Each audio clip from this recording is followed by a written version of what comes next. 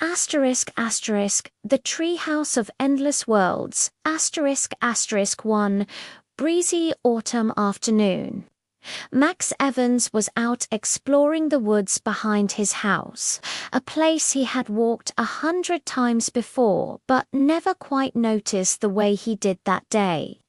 The sun was low in the sky, casting long shadows over the forest floor, and a golden light filtered through the rustling leaves.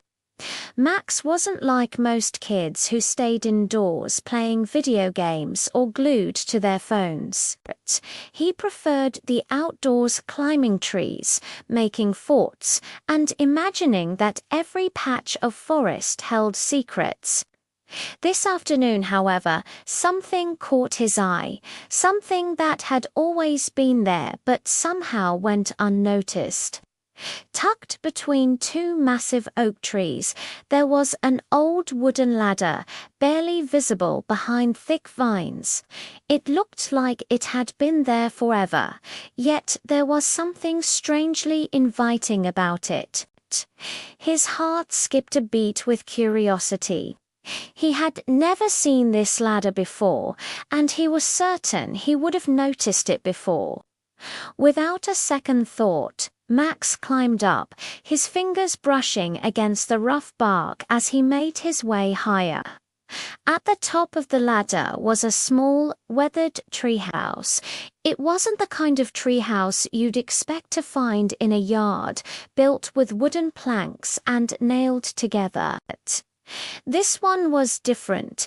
Its walls shimmered faintly in the afternoon sunlight, as though made from light itself. It was beautiful but odd. Max hesitated for a moment, but then stepped inside. The moment his foot crossed the threshold, a strange sensation washed over him like a cool breeze on a warm day. The air in the treehouse was different, lighter somehow. He looked around, and to his amazement, the room was bigger than it seemed from the outside. It was like stepping into a cozy nook of the universe itself, a space that stretched far beyond its wooden walls. In the center of the treehouse stood a large, ancient-looking book resting on a pedestal. It had a golden cover with strange symbols Max couldn't read, but something about it called to him. The book seemed to hum gently, as if waiting for him to open it. His fingers tingled with excitement as he reached out to touch it. As soon as he did, the pages of the book flipped open on their own, revealing blank, shimmering paper. Then a single word appeared on the page. Asterisk, choose asterisk. Max's mind raced. Choose what? Before he could think it through, a soft voice echoed in his mind. Asterisk, choose a world to visit. Young one. Asterisk. Max blinked. He wasn't sure whether to be scared or thrilled, but his curiosity won out. He whispered aloud, I want to see a world where dragons fly. The treehouse seemed to shift, and the next thing Max knew, the ground beneath his feet vanished. He was soaring through the sky, the wind rushing around him, and below him was a world unlike anything he'd ever seen. He was riding on the back of a dragon, its scales gleaming in the sunlight, the sound of wings beating like thunder. Max's heart raced with excitement as he gazed down at the sprawling mountains, vast valleys, and rivers of molten gold below. The dragon soared higher, taking him past clouds that sparkled with magic. The dragon spoke, its voice deep and rumbling. Do you see the beauty of this world, young traveler? It is a world of wonder where dragons rule the skies. Max felt the rush of adrenaline as the dragon dived and looped through the air, then landed gracefully on a massive peak.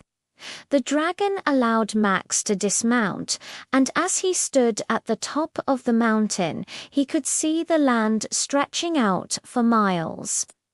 But before he could say anything, the dragon nudged him gently. "Do you wish to see another world?" Max nodded, heart full of questions, excitement, and wonder. He touched the shimmering book again, and in the blink of an eye, the dragon world vanished. The ground beneath him shifted once more, and suddenly he was standing in the middle of a glowing forest with trees that sparkled like stars. This time he was surrounded by creatures with wings like butterflies, their colors more vibrant than anything he had ever seen. They flitted around him, laughing and singing, their voices like the sweetest music. "This is the world of dreams," one of the creatures explained, its wings shimmering in the light. "In this world, imagination is everything. What you think, you can create." Max smiled. "What if I think of a castle?" The creature grinned and fluttered its wings. Suddenly, a magnificent castle appeared, rising from the forest floor like a grand mirage. The walls were made of translucent crystal, and the towers stretched high into the sky, reflecting the colors of the stars. Max wandered around the castle, marveling at the beauty of it. He felt as though anything was possible here. But after a while, the voice from the book whispered again, "Asterisk, do you wish to see yet another world?" Max's eyes sparkled. "Yes," he said, without hesitation. This time, the world that greeted him was nothing like the last two. He was standing on a wide open plain, the air crisp and fresh. Far in the distance, a city of shining metal and glass rose toward the sky, an incredible metropolis filled with flying cars and people wearing strange, futuristic clothing. Max realized he was in the future. He looked around, and a sleek, silver robot approached him. It held out its hand, and in a mechanical voice, it said, "Welcome to the world of tomorrow. What is your mission, traveler?" Max grinned. "I'm just exploring." The robot led him through the bustling streets, showing him holographic maps and towering skyscrapers. People flew overhead in sleek aircraft, and robots helped with everything from cooking to carrying groceries. Everything felt so advanced, like a place from one of his science fiction books. But after exploring the futuristic city for a while, Max felt the pull of the treehouse again.